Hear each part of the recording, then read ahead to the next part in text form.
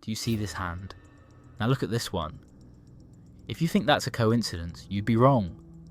Because what Caravaggio did in this painting didn't just change art history, it invented cinema 300 years before movies even existed.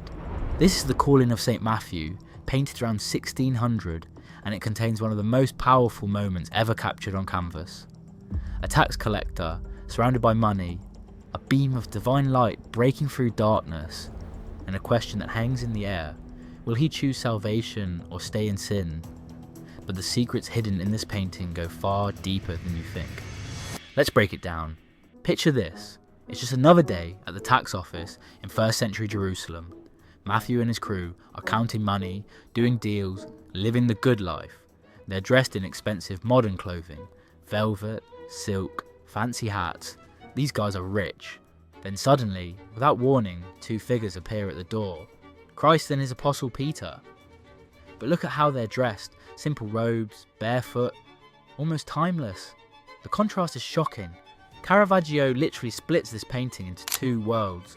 On the left, materialism, wealth, the earthly life. On the right, spirituality, humility, the divine calling.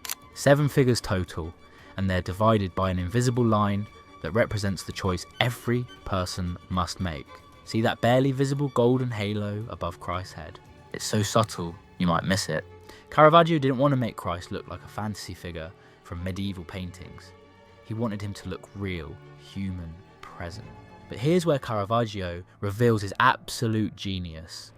Look at this beam of light cutting through the darkness. This isn't just lighting, this is divine intervention made visible. The light explodes into the room, from outside the frame, piercing through the gloom and striking Matthew directly. His colourful vest glows under that divine spotlight while everyone else sits in shadow. Caravaggio was the first painter in history to make light and shadow the dominant element of his art. Not just a technique, the entire point. He created shadows so dark they feel like voids, and beams of light so precise they feel like physical objects. Art historians have noted something incredible. That beam of light actually forms the shape of scales, the traditional symbol of Matthew the tax collector. The light itself is weighing his soul, lifting it from darkness into grace. The source of the light? It's outside the painting, hidden from view. We never see the window or the opening. All we see is the effect. Divine light, pushing back the darkness, revealing truth in shadow. This is why Martin Scorsese said, Caravaggio's paintings feel like film scenes. The dramatic lighting, the frozen moment of action, the way shadow and light tell the story without words. Caravaggio invented cinematic lighting 3 centuries before cinema existed. Now look at this hand. Christ is pointing directly at Matthew, calling him. But wait, does that gesture look familiar? It should. This is almost identical to God's hand reaching toward Adam in Michelangelo's Creation of Adam on the Sistine Chapel ceiling. Caravaggio is making a statement. This isn't just a calling, it's a spiritual rebirth. Matthew is being recreated, born again in this single moment. But which one is Matthew? Here's where it gets interesting. The bearded older man with the pen, or the younger guy in the colourful vest pointing at himself like, who? Me. Art historians have debated this for centuries. In Caravaggio's other paintings of Matthew in the same chapel, the bearded man appears as a saint, so most experts believe he's the real Matthew, but that younger figure's gesture, pointing at himself in disbelief, captures the emotional heart of the moment. Look at Matthew's left hand. It's raised, holding his hat, but the gesture mirrors Christ's pointing hand. He's already unconsciously copying the gesture of his saviour. His body knows what his mind hasn't accepted yet. He's going to follow. All around him, money in bowls, accounting books, his expensive hat, symbols of earthly wealth.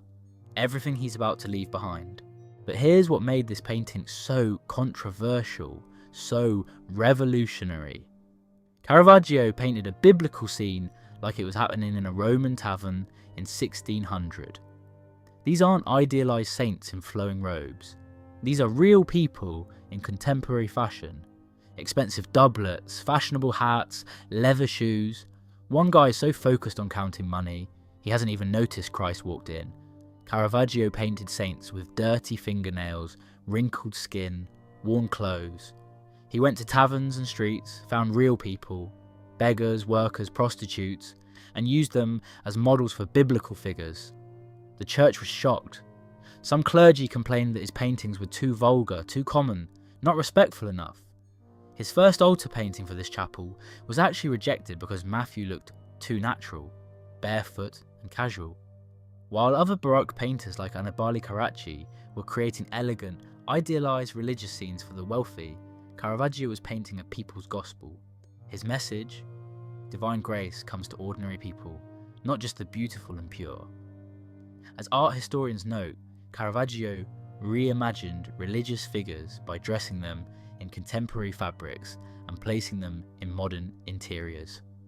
He brought the divine down to earth, made it touchable, real, urgent. The scene comes directly from the New Testament.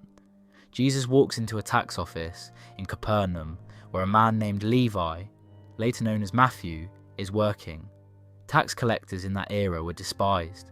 They collaborated with Roman occupiers, extorted their own people, got rich off corruption, and Jesus simply says to him, "Follow me." That's it. No long speech, no conditions, no explanation, just 2 words. And Matthew immediately leaves everything, the money, the career, the comfortable life, and follows him. Caravaggio captures the exact instant before Matthew makes his choice, the instant when everything hangs in balance. Will he stay in darkness or step into the light? The painting is about transformation, about the possibility of redemption, no matter how far you've fallen. Matthew was a sinner, a collaborator, someone society had written off, and yet Christ chooses him to be one of the 12 apostles, to write one of the 4 Gospels, the message, no one is beyond saving, the light can break through any darkness. That's why this painting has resonated for over 400 years. Remember when I said Caravaggio invented cinema? I wasn't exaggerating. Let me show you why. Martin Scorsese openly admits Caravaggio changed how he sees film. I immediately felt the power of his paintings because they're scenes happening in the middle of the action, not at the beginning. In Goodfellas, Scorsese recreated the atmosphere of The Calling of St. Matthew in a New York bar. The same dramatic side lighting, the same contrast between light and shadow, the same feeling of a decisive moment frozen in time. Scorsese himself said, "That's the calling of St. Matthew, just in New York." In The Last Temptation of Christ, Scorsese deliberately lit Christ like Caravaggio, using stark contrasts and dramatic shadows to create spiritual intensity. Mel Gibson took it even further. The rest of Christ in The Passion was specifically designed with Caravaggio's lighting in mind. So who is Matthew? The debate continues. Is it the bearded man who appears in other paintings as the saint? Or is it the young man pointing at himself in that gesture of disbelief? Maybe it doesn't matter. Maybe Caravaggio left it ambiguous on purpose. Because the real question isn't which one is Matthew. The real question is, which one are you? When divine light breaks through the darkness of your life, when you hear the call to change, to leave behind your old self, do you accept it? Or do you point at yourself in disbelief, thinking surely you don't mean me? Look at everyone else at that table. Some haven't even noticed Christ is there. They're too focused on the money, on counting coins, on earthly things. Some have looked up but aren't sure what's happening. Only Matthew, whichever one he is, seems to understand the gravity of this moment. So here's what Caravaggio accomplished in one painting. He captured the exact moment of spiritual transformation. He invented cinematic lighting that would influence art for centuries. He humanized biblical stories by making them feel real and immediate. And he asked a question that every viewer must answer for themselves. That beam of light cutting through the darkness. It's still cutting through darkness today. The call to leave behind your old life and follow something greater. That call still echoes. And the choice Matthew made in that tavern 2,000 years ago, it's the same choice we all face. Caravaggio didn't just paint a religious scene, he painted a mirror. And when you stand in front of the calling of St. Matthew in that chapel in Rome, the the question isn't just, who is Matthew?